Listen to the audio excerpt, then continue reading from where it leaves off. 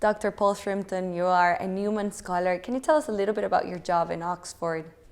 I teach at a school, Magdalen College School, in the centre of town. It's a 15th century foundation, therefore Catholic in origin, but it's Anglican now. So I've been teaching there for just under 40 years. At the same time, I've been researching, in particular, Newman and education, although recently I've been working on Newman and the laity for the last 3 years.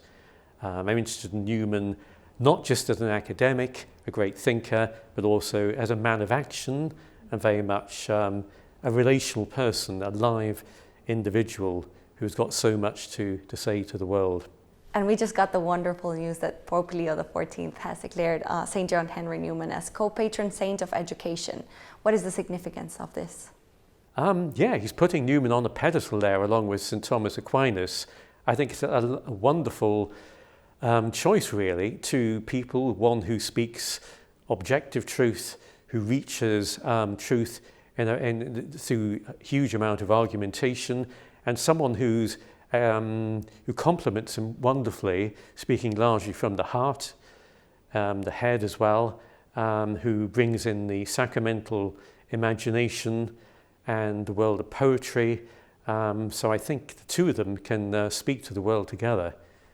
I personally was expecting Newman to be made Doctor of Conscience, but I'm delighted, having worked in education for so long, that is his title, Co-Patron of Education.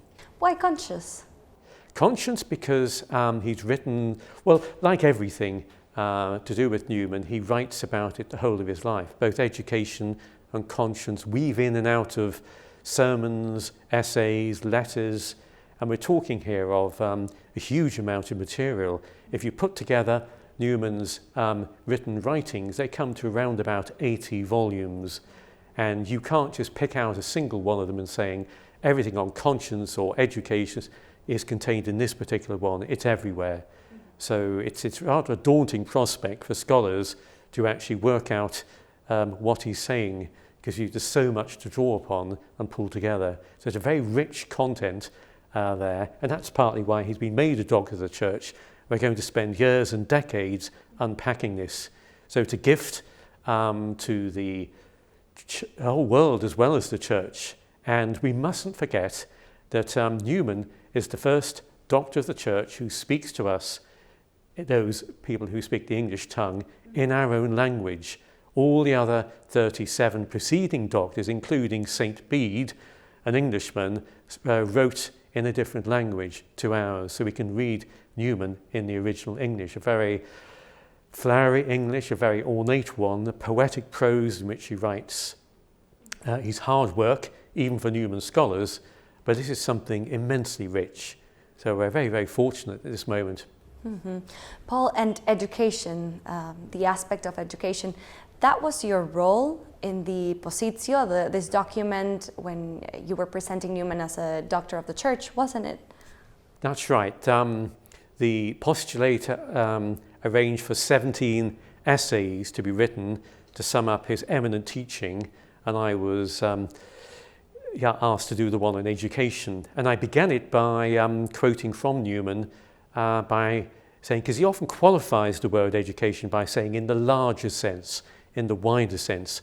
And by that he meant not just education in its formal aspect, in lecture hall, classroom, whatever, but in its semi-formal setting, as in sports team, debating, student journalism, acting, that sort of thing, and also in totally informal settings. He says that every time students come together over a drink or socialise, they're delivering lectures to each other. So he has a very, very wide idea of what education is. To some extent, he thinks education takes place as much outside the classroom as in, and it's not just simply delivered by professors and teachers, but also mutual education is taking place all the time in educational settings, whether it's elementary or secondary schools or universities.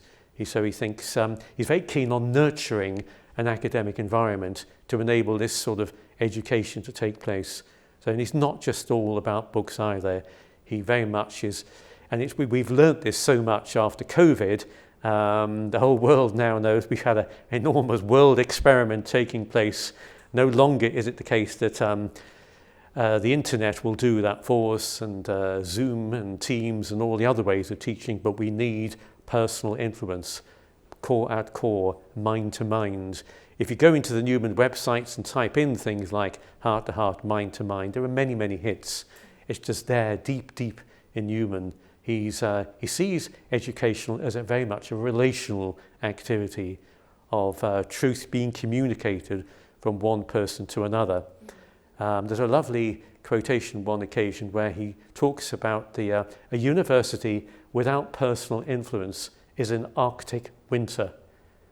So many schools, many universities these days are Arctic winters, cold, impersonal places where it's the whole business of education is merely transactional. So it's been whittled down, it's been impoverished, reduced to something less than it should be. In his last apostolic letter, Pope Leo XIV said, he quotes John Henry Newman, and he says, "Religious truth is not only a portion but a condition of general knowledge." What do you think Newman meant? Yeah, okay, you're picking out a Newman quote there, or the Pope is. I've used that myself. It's very difficult to sort of summarize Newman from a single quote. Okay, by that particular one, he's talking about the creator himself of the universe is obviously the key to understanding everything. So it's vital that the study of God, it should be there at the heart of things. But at the same time, Newman, on other occasions, talks about theology in the university setting as being one of many subjects. Newman's way of reaching the truth is often just to put opposites in conversation with each other and to bring out the truth of something by polarities, by opposites. It's a creative tension, you could say. So to that sort of phrase I've heard quoted there, I would put another one and let them speak to each other. So Newman's not straightforward from that point of view. You cannot understand them with simple sound bites. Liberals and ultra-conservatives do this to Newman, and they make him say what they want to hear, but actually to hear him properly, you've got to listen to everything he says and think about the context. So he has a very rich understanding of what education is, whether taking place in formal institutions or more informal ones. Mm-hmm. And in this document, the Positio, you had to gather, the postulator had to gather different quotes from different popes. Can you tell us a little bit more about that? How many popes have spoken about Cardinal Newman? I think all but one pope. So we're going back to Leo XIII, who's the one who made him a cardinal in 1879. I think there's one pope missing there. The section in the Positio is about 64 pages long. It didn't have all the quotes of the popes about him. It also included quotations from the Catechism of the Catholic Church and some official church documents like the Census Fidei one about a decade ago. But there's a huge amount of material there. They gathered the main quotations, but it's very, very rich.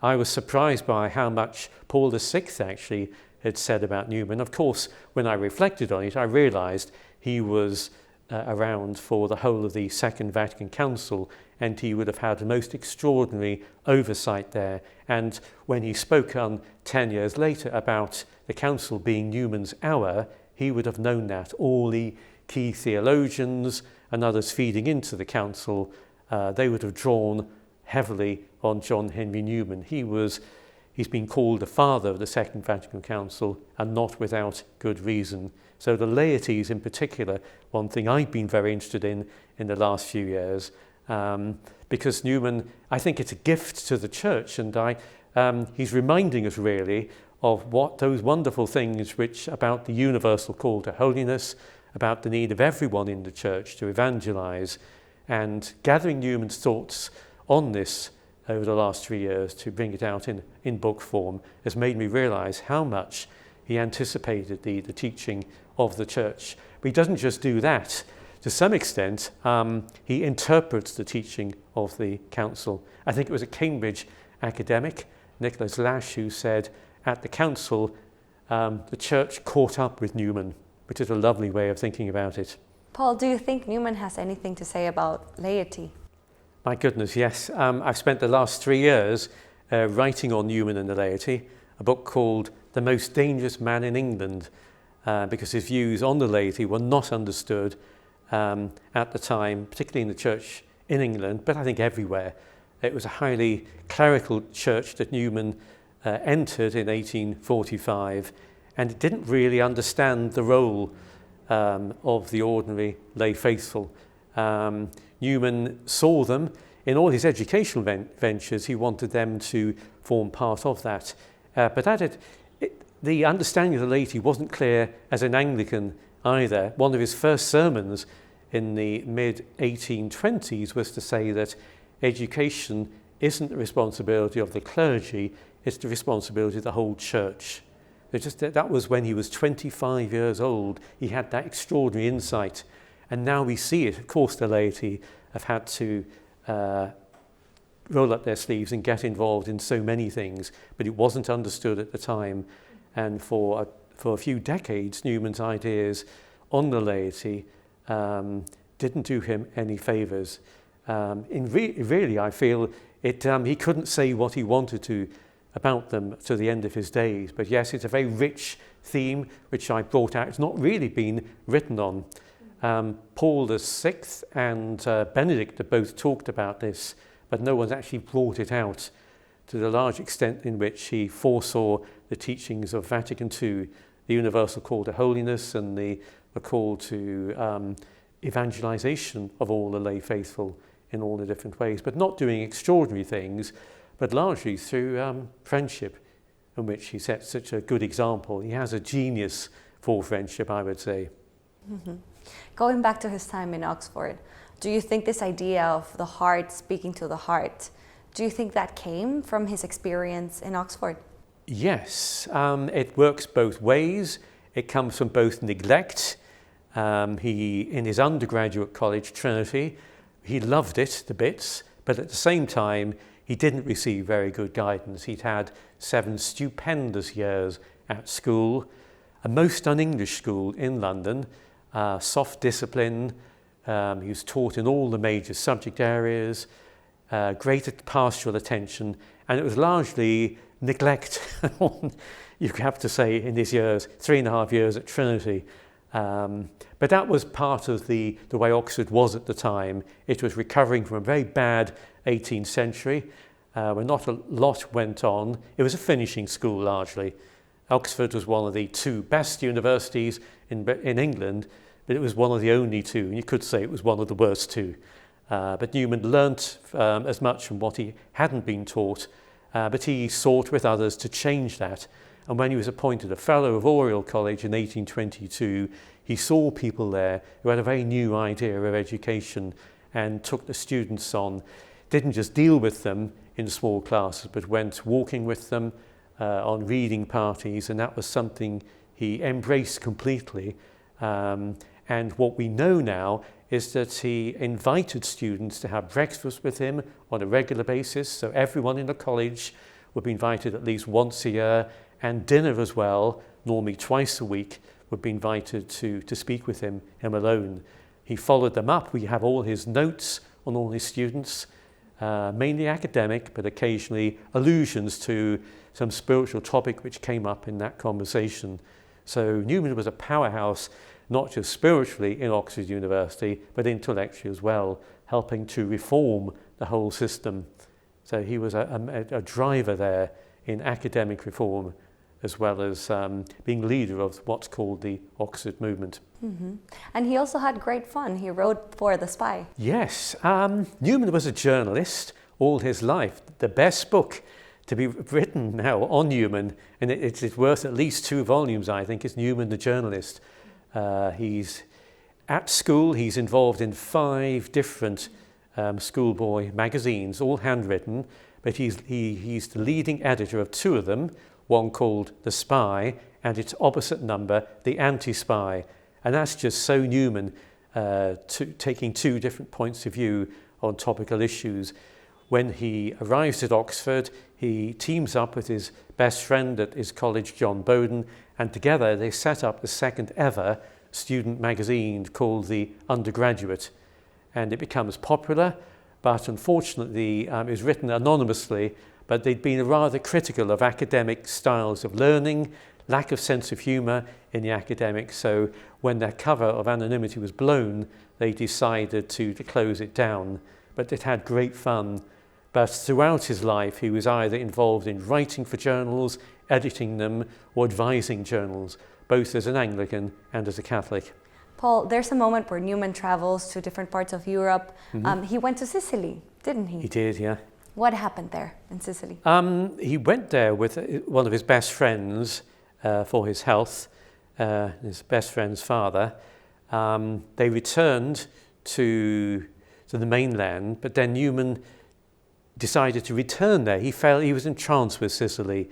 He went with a servant, they went walking, but he became seriously ill, possibly typhoid. So he was in a state of delirium for about 10 days, hovering between life and death. Extraordinary moments. And it was in that time he just found himself repeating various things like, "I have not sinned against the light." And another thing was, God still has some work for me in England. He knew he was called to something, he didn't know what. But when he returned to Oxford in July 1833, it was to co-lead an extraordinary revival of the Church of England, from the pulpit through journals, tracts. So in fact, they were initially named the Tractarian Movement, and it lasted just over a decade, but it was the biggest revival, really, within the Anglican Church. They were searching to develop a theology of the Church. They were looking back to the fathers of the first millennium, trying to reconnect the Anglican Church to the ancient divines. They were translating the fathers from the original Greek and Latin into English. So a lot of things feeding into this. But Newman's work particularly, his contribution was largely from the pulpit, where he gave over 600 pastoral sermons from the university pulpit there, and had a huge influence. So many students began to take their religious life seriously, and it caused extraordinary change within Oxford, but that resonated throughout the whole of England, and because England was the centre of a world empire, it went all around the world. So the influences of Newman at the time were felt everywhere. He was breakfast conversation in a lot of places in the country for well over a decade. Mm-hmm. And him being such a well-known Anglican figure and then, a Catholic figure, do you think this brings an ecumenical aspect to him being a doctor of the Catholic Church now? Yes, I'm sure the Anglicans and evangelical Christians are very proud of him. Newman was very grateful for all that he received in the Anglican Church. He just felt he'd come home, though, when he'd become a Catholic, and things were filled out. He'd come into full communion with the Church of Rome. To a large extent, you could describe his 25 years in Oxford as a search for the original church founded by Jesus Christ. And he says at one stage, if Athanasius or Ambrose were to be transported over time into the 19th century, the church they would recognize would be as theirs, would be the Catholic Church. Although it took Newman an awful long time to get there. It was a long, long journey, but a very careful one. He went step by step, but it was a journey of the intellect and the heart, and a lot of prayer and a lot of penance went on in that search, and it cost him dearly. People talk, yes, about the fact that he was, when you became a Catholic in those days, you were like cutting yourself off from society.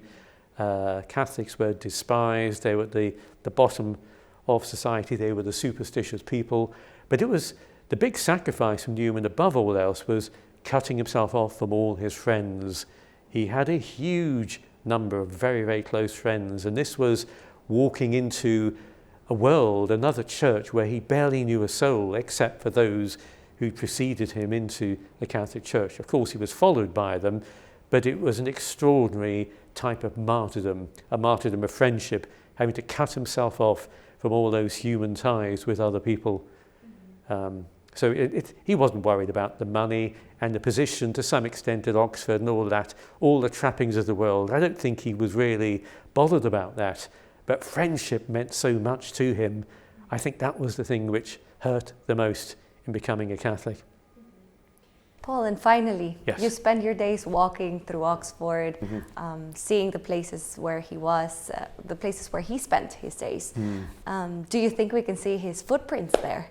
I feel like that very often, yeah. Newman talks about an extraordinary idea, the genius loci, the spirit of the place. He says any long-standing institution of education has this spirit. It's the invisible one. It's an ethical atmosphere. It's more powerful than any other single individual in the place. And this is what he encountered when he arrived at Oxford, and it's still there largely. Newman's contributed to this. So many people speak about him still. And when you walk into the quadrangles of Trinity College, where he was an undergraduate, and Oriel, where he was a fellow for 23 years, and you look up in that first quad and see Our Lady looking down there, you think, gosh, Newman would have seen that. And there you look up to one side and see his rooms backing onto the chapel, his own private prayer space behind the organ. All of that is just, puts you in touch with the Doctor-elect. Dr. Paul, thank you so much. Okay, thank you very much. Yeah.